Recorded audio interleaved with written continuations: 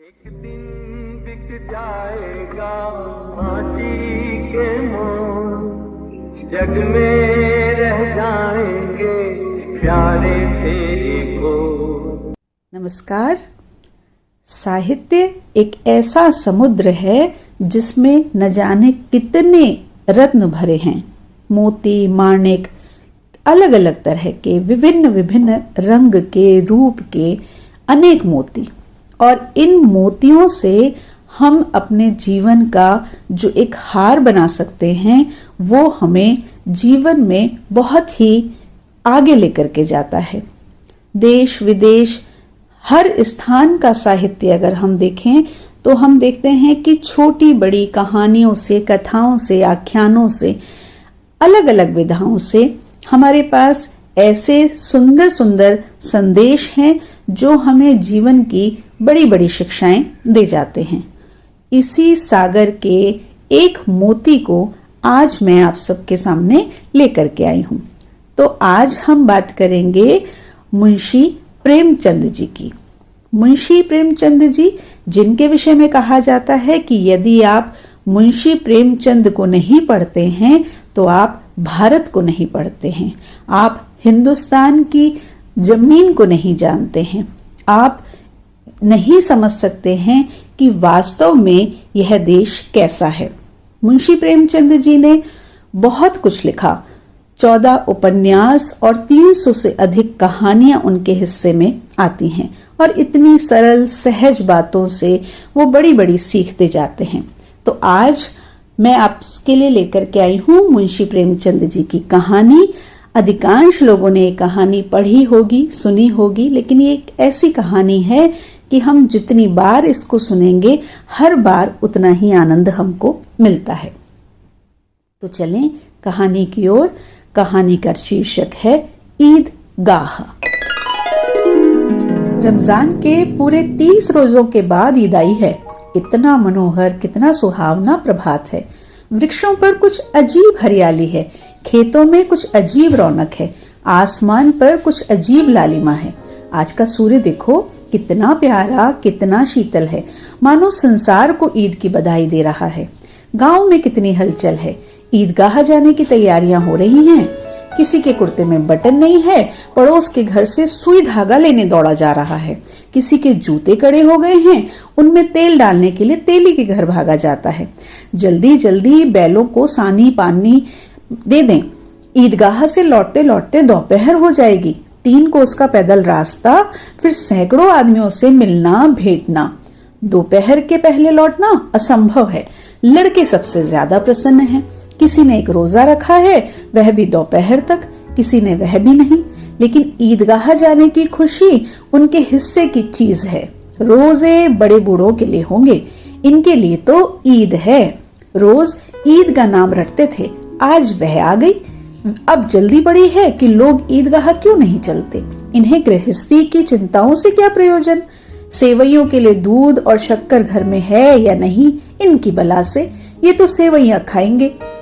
वह क्या जाने कि अब्बा जान क्यों बदहवास चौधरी कायम अली के घर दौड़े जा रहे हैं। उन्हें क्या खबर कि चौधरी आज आंखें बदल लें तो यह सारी ईद मुहर्रम हो जाए। उनकी अपनी जेबों में तो कुबेर का धन भरा हुआ है। बार बार जेब से अपना खजाना निकाल कर गिनते हैं और खुश होकर फिर रख लेते हैं। महमूद गिनता है 1, 2, 10, 12। उसके पास 12 पैसे हैं। मोहसिन के पास 1, 2, 3, 8, 9, 15 पैसे हैं। इन्हीं अनगिनती पैसों में अनगिनती चीजें लाएंगे, खिलौने, मिठाइयाँ, बिगुल, गेंद और जाने क्या क्या। और सबसे ज्यादा प्रसन्न है हामिद। वह 4-5 साल का गरीब सूरत दुबला पतला लड़का, जिसका बाप गत वर्ष हैजे की भेंट हो गया और माँ न जाने क्यों पीली होती होती एक दिन मर गई। किसी को पता न चला क्या बीमारी है। कहती भी तो कौन सुनने वाला था। दिल पर जो बीतती थी वह दिल में ही सहती, और जब ना सहा गया तो संसार से विदा हो गई। अब हामिद अपनी बूढ़ी दादी अमीना की गोद में सोता है और उतना ही प्रसन्न है। उसके अब्बा जान रुपए कमाने गए हैं, बहुत सी थैलियां लेकर के आएंगे। अम्मी जान अलमारियों के घर से उसके लिए बड़ी अच्छी अच्छी चीजें लाने गई हैं, इसलिए हामिद प्रसन्न है। आशा तो बड़ी चीज है, और फिर बच्चों की आशा। उनकी कल्पना तो राई का पर्वत बना लेती है।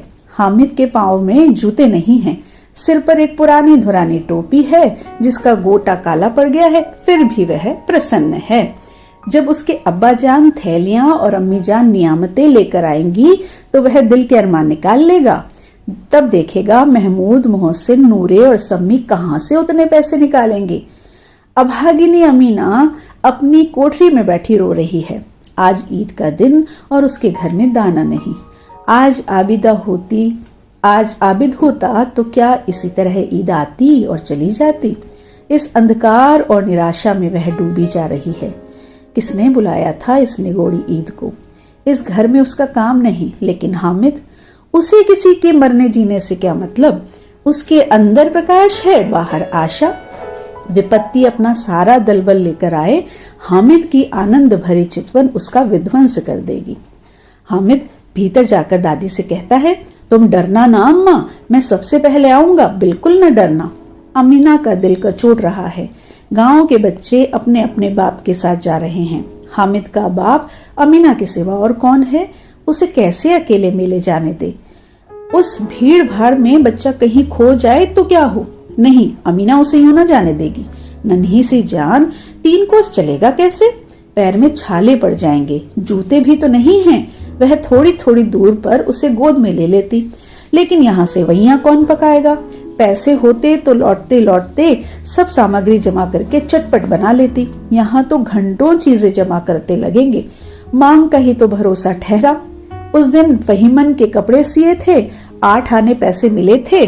उस 8 को ईमान की तरह बचाती आती थी इसी ईद के लिए, लेकिन कल ग्वालन सिर पर सवार हो गई तो क्या करती। हामिद के लिए कुछ नहीं है तो 2 पैसे का दूध तो चाहिए ही। अब तो कुल 2 आने पैसे बच रहे हैं। 3 पैसे हामिद की जेब में, 5 अमीना के बटुए में। यही तो बिसात है और ईद का त्योहार। अल्लाह ही बेड़ा पार लगाएगा। धोबन और नाइन और मेहतरानी और चूड़ीहारिन सभी तो आएंगी। सभी को सेवैया चाहिए और थोड़ा किसी को आंखों नहीं लगता। किस किस से मुंह चुराएगी। और मुंह क्यों चुराए। साल भर का त्योहार है। जिंदगी खैरियत से रहे, उनकी तकदीर भी तो उसी के साथ है। बच्चे को खुदा सलामत रखे, ये दिन भी कट जाएंगे। गांव से मिला चला और बच्चों के साथ हामिद भी जा रहा था। कभी सबके सब दौड़कर आगे निकल जाते, फिर किसी पेड़ के नीचे खड़े होकर साथ वालों का इंतजार करते। यह लोग क्यों इतना धीरे चल रहे हैं। हामिद के पैरों में तो जैसे पर लग गए हैं। वह कभी थक सकता है। शहर का दामन आ गया। सड़क के दोनों ओर अमीरों के बगीचे हैं। पक्की 4 दीवारी बनी हुई है। पेड़ों में आम और लीचियां लगी हुई हैं। कभी कभी कोई लड़का कंकड़ी उठाकर आम पर निशाना लगाता है। माली अंदर से गाली देता हुआ निकलता है। लड़के वहां से एक फलांग पर हैं, खूब हंस रहे हैं। माली को कैसा उल्लू बनाया। बड़ी बड़ी इमारतें आने लगी। यह अदालत है, यह कॉलेज है, यह क्लब घर है। इतने बड़े कॉलेज में कितने लड़के पढ़ते होंगे।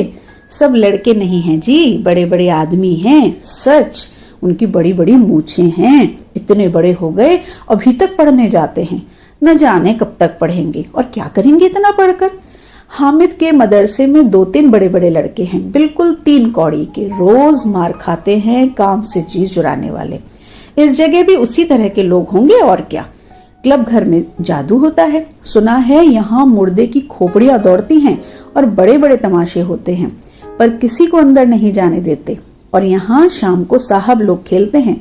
बड़े बड़े आदमी खेलते हैं, मूंछों दाढ़ी वाले। और मेमे भी खेलती हैं। सच, हमारी अम्मा को वह दे दो, क्या नाम है, बैट, तो उसे पकड़ ही ना सके, घुमाते ही लुढ़क जाएं। महमूद ने कहा, हमारी अम्मा जान का तो हाथ कांपने लगे, अल्लाह कसम। मोहसिन बोला, अम्मी मनो आटा पीस डालती हैं, जरा सा बैट पकड़ लेंगी तो हाथ कांपने लगेंगे। सैकड़ों घड़े पानी रोज निकालती हैं। 5 घड़े तो मेरी भैंस पी जाती है। किसी मेम को 1 घड़ा पानी भरना पड़े तो आंखों तले अंधेरा छा जाए। महमूद, लेकिन दौड़ती तो नहीं, उछल कूद तो नहीं सकती। मोहसिन, हाँ उछल कूद तो नहीं सकती, लेकिन उस दिन मेरी गाय खुल गई थी और चौधरी के खेत में जा पड़ी थी तो अम्मा इतनी तेज दौड़ी कि मैं उन्हें पा न सका। सच। आगे चले। हलवाइयों की दुकानें शुरू हुई, आज खूब सजी हुई थी। इतनी मिठाइयां कौन खाता है, देखो ना, एक एक दुकान पर मनो होंगी। सुना है रात को जिन्नात आकर खरीद ले जाते हैं। अब्बा कहते थे आधी रात को एक आदमी दुकान पर जाता है और जितना माल बचा होता है वह तुलवा लेता है और सचमुच के रुपए देता है, बिल्कुल ऐसे ही रुपए। हामिद को यकीन आया, ऐसे रुपए जिन्नात को कहां से मिल जाएंगे? मोहसिन ने कहा, जिन्नात को रुपए की क्या कमी, जिस खजाने में चाहे चले जाए, लोहे के दरवाजे उन्हें नहीं रोक सकते जनाब।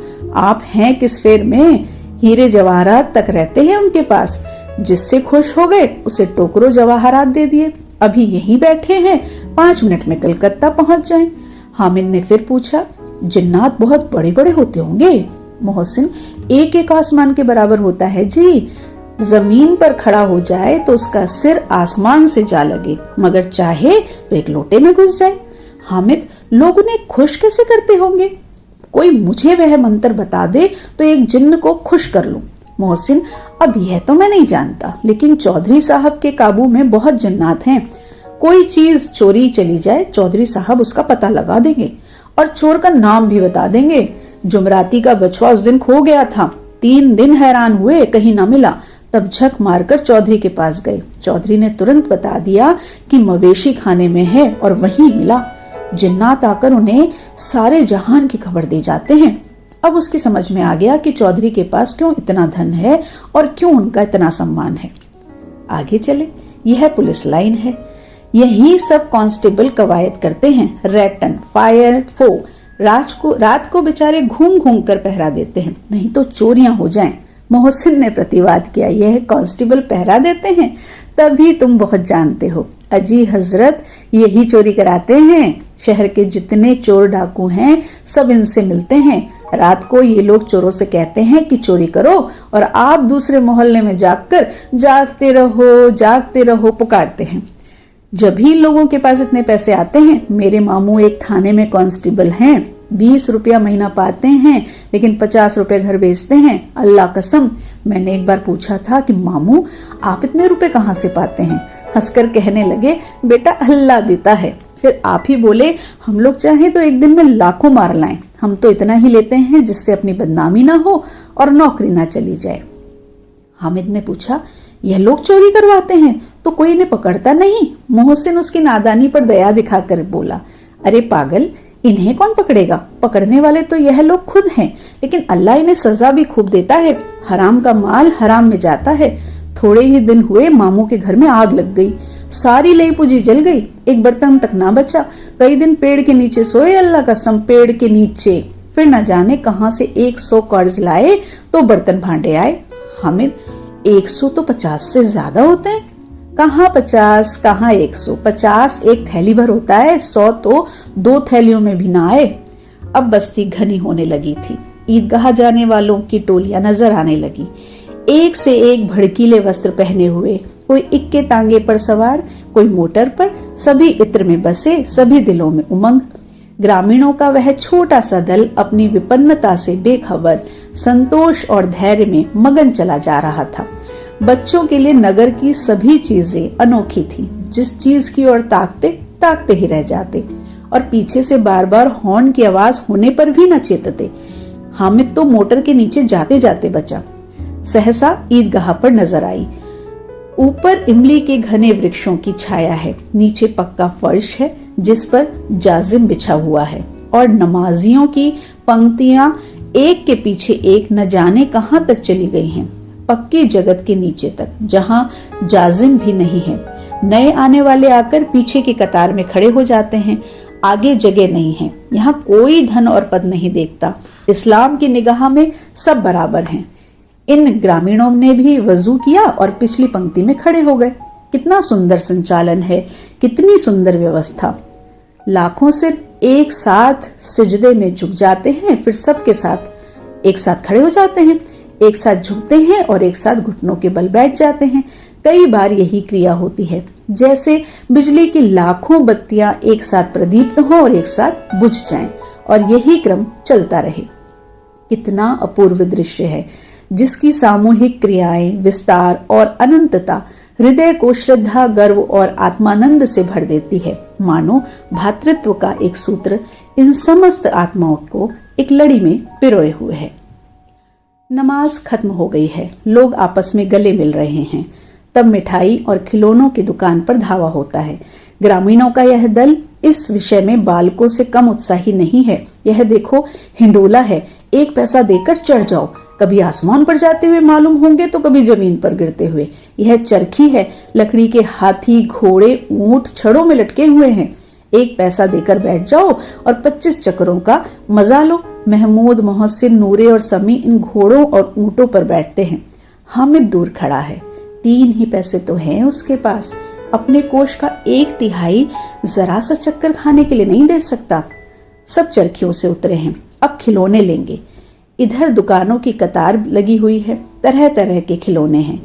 सिपाही और गुजरिया, राजा और वकील, भिश्ती और धोबिन और साधु, वाह कितने सुंदर खिलौने हैं। अब बोलना ही चाहते हैं। अहमद सिपाही लेता है, खाकी वर्दी और लाल पगड़ी वाला, कंधे पर बंदूक रखे हुए, मालूम होता है अभी कवायद किए चला आ रहा है। मोहसिन को भिश्ती पसंद आया, कमर झुकी हुई, ऊपर मशक रखे हुए है। मशक का मुंह एक हाथ से पकड़े हुए है, इतना प्रसन्न है शायद कोई गीत गा रहा है। बस मशक से पानी उडेलना चाहता है।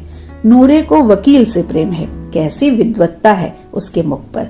काला चोगा, नीचे सफेद अचकन, अचकन के सामने की जेब में घड़ी, सुनहरी जंजीर, एक हाथ में कानून का पोथा लिए हुए, मालूम होता है अभी किसी अदालत में जिरह या बहस किए चले आ रहे हैं।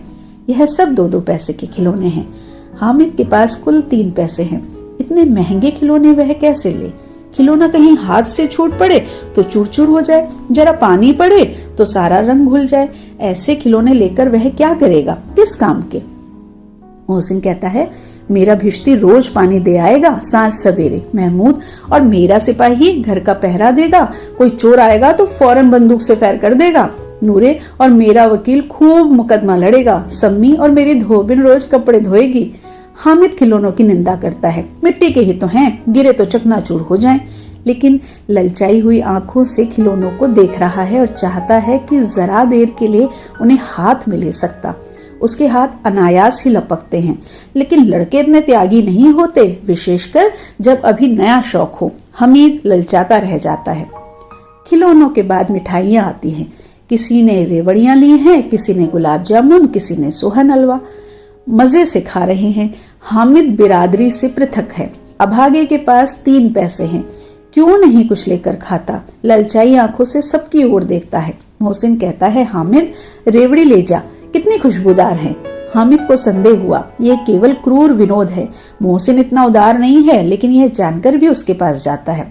मोहसिन दोने से एक रेवड़ी निकालकर हामिद की ओर बढ़ाता है। हामिद हाथ फैलाता है, मोहसिन रेवड़ी अपने मुख में रख लेता है। महमूद, नूरे और सम्मी खूब तालियां बजा बजा कर हंसते हैं। हामिद खिसिया जाता है। मोहसिन, अच्छा अब की जरूर देंगे हामिद, अल्लाह कसम ले जा। हामिद, रखे रहो, क्या मेरे पास पैसे नहीं हैं? सम्मी, 3 ही तो पैसे हैं, 3 पैसे में क्या क्या लोगे? अहमद, हमसे गुलाब जामुन ले जा हामिद। मोहसिन बदमाश है। हामिद, मिठाई कौन बड़ी नियामत है, किताब में इसकी कितनी बुराइयां लिखी हैं। मोहसिन, लेकिन दिल में कह रहे होंगे कि मिले तो खा ले, अपने पैसे क्यों नहीं निकालते? महमूद, हम समझते हैं इसकी चालाकी, जब हमारे सारे पैसे खर्च हो जाएंगे तो हमें ललचा ललचा कर खाएगा। मिठाइयों के बाद कुछ दुकानें लोहे की चीजों की हैं, कुछ गिलट और कुछ नकली गहनों की। लड़कों के लिए यहाँ कोई आकर्षण न था, वे सब आगे बढ़ जाते हैं। हामिद लोहे की दुकान पर रुक जाता है। कई चिमटे रखे हुए थे। उसे ख्याल आया, दादी के पास चिमटा नहीं है, तवे से रोटियां उतारती हैं तो हाथ जल जाता है। अगर वह चिमटा ले जाकर दादी को दे दे तो वह कितनी प्रसन्न होंगी, फिर उनकी उंगलियां कभी ना जलेंगी। घर में एक काम की चीज तो हो जाएगी। खिलौनों से क्या फायदा, व्यर्थ में पैसे खराब होते हैं। जरा देर ही तो खुशी होती है, फिर तो खिलौनों को कोई आंख उठाकर नहीं देखता। यह तो घर पहुंचते पहुंचते टूट फूट कर बराबर हो जाएंगे। चिमटा कितने काम की चीज है। रोटियां तवे से उतार लो, चूल्हे में सेक लो। कोई आग मांगने आए तो झटपट चूल्हे से आग निकाल कर उसे दे दो। अम्मा बेचारी को कहाँ फुर्सत है कि बाजार जाएं, और इतने पैसे ही कहाँ मिलते हैं, रोज हाथ जला लेती हैं। हामिद के साथी आगे बढ़ गए हैं। सबील पर सब के सब शरबत पी रहे हैं। देखे सब कितने लालची हैं। इतनी मिठाइयाँ ली, मुझे किसी ने एक भी न दी। उस पर कहते हैं मेरे साथ खेलो, मेरा यह काम करो। अब अगर किसी ने कोई काम करने को कहा तो पूछूंगा, खाए मिठाइयाँ, आप मुंह सड़ेगा, फोड़े फुंसियां निकलेंगी, आप ही जबान चटोरी हो जाएगी। अब घर से पैसे चुराएंगे और मार खाएंगे। किताब में झूठी बातें थोड़ी ही लिखी हैं, मेरी जबान क्यों खराब होगी। अम्मा चिमटा देखते ही दौड़कर मेरे हाथ से ले लेंगी और कहेंगी, मेरा बच्चा अम्मा के लिए चिमटा लाया है।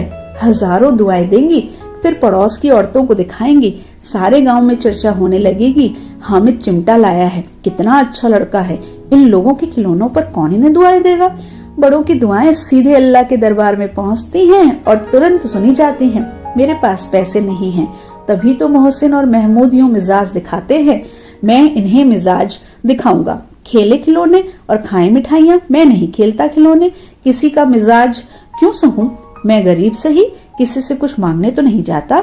आखिर अब्बा जान कभी ना कभी आएंगे, अम्मी भी आएंगी, फिर इन लोगों से पूछूंगा कितने खिलौने लोगे। एक एक को टोकरियां खिलौने दूं और दिखा दूं कि दोस्तों के साथ इस तरह सलूक किया जाता है। यह नहीं कि एक पैसे की रेवड़ियां ली तो चिड़ा चिड़ा कर खाने लगे। सबके सब हंसेंगे कि हामिद ने चिमटा लिया है। हंसे मेरी बला से। उसने दुकानदार से पूछा, यह चिमटा कितने का है। दुकानदार ने उसकी ओर देखा और कोई आदमी साथ न देखकर कहा, तुम्हारे काम का नहीं है जी। बिकाऊ है कि नहीं। बिकाऊ क्यों नहीं है, यहाँ क्यों औलाद लाए हैं, तो बताते क्यों नहीं के पैसे का है। 6 पैसे लगेंगे। हामिद का दिल बैठ गया। ठीक ठीक बताओ।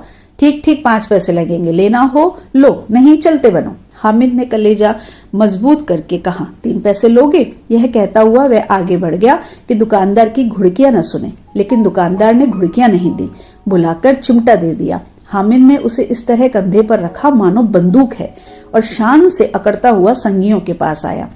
जरा सुने सबके सब क्या बातें बनाते हैं। मोहसिन ने हंसकर कहा, यह चिमटा क्यों लाया पगले, इससे क्या करेगा। हामिद ने चिमटे को जमीन पर पटक कर कहा, जरा अपना भिश्ती जमीन पर गिरा दो, सारी पसलियां चूर चूर हो जाएं बच्चे की। महमूद बोला, यह चिमटा कोई खिलौना है। हामिद, खिलौना क्यों नहीं है, अभी कंधे पर रखा बंदूक हो गई, हाथ में लिया फकीरों का चिमटा हो गया। चाहूं तो इससे मंजीरे का काम ले सकता हूँ। एक चिमटा जमा दूं तो तुम लोगों के सारे खिलौनों की जान निकल जाए। तुम्हारे खिलौने कितना ही जोर लगाएं, मेरे चिमटे का बाल भी बाका नहीं कर सकते। मेरा बहादुर शेर है चिमटा। सम्मी ने खंजरी ली थी, प्रभावित होकर बोला, मेरी खंजरी से बदलोगे, 2 आने की है। हामिद ने खंजरी की ओर उपेक्षा से देखा। मेरा चिमटा चाहे तो तुम्हारी खंजरी का पेट फाड़ डाले। बस एक चमड़े की झिल्ली लगा दी, ढप ढप बोलने लगी। जरा सा पानी लग जाए तो खत्म हो जाए। मेरा बहादुर चिमटा आग में, पानी में, आंधी में, तूफान में बराबर डटा खड़ा रहेगा। चिमटे ने सभी को मोहित कर लिया, लेकिन अब पैसे किसके पास धरे हैं। फिर मेले से दूर निकल आए हैं। 9 कब के बज गए, धूप तेज हो रही है, घर पहुंचने की जल्दी हो रही है। बाप से जिद भी करे तो चिमटा नहीं मिल सकता।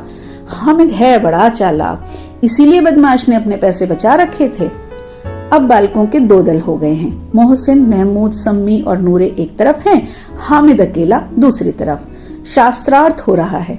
सम्मी तो विधर्मी हो गया, दूसरे पक्ष से जा मिला, लेकिन मोहसिन, महमूद और नूरे भी हामिद से 1-1, 2-2 साल बड़े होने पर भी हामिद के आघातों से आतंकित हो उठे हैं। उसके पास न्याय का बल है और नीति की शक्ति। एक ओर मिट्टी है, दूसरी ओर लोहा। जो इस वक्त अपने को फौलाद कह रहा है वह अजय है, घातक है। अगर कोई शेर आ जाए, बिश्ती के छक्के छूट जाएं, मियाँ सिपाही मिट्टी की बंदूक छोड़कर भागें, वकील साहब की नानी मर जाए, चोगों के मुंह छिपाकर जमीन पर लेट जाएं, मगर यह चिमटा, यह बहादुर, यह रुस्तमे हिंद लपक कर शेर की गर्दन पर सवार हो जाएगा और उसकी आंखें निकाल लेगा। मोहसिन ने एड़ी चोटी का जोर लगाकर कहा, अच्छा पानी तो नहीं भर सकता।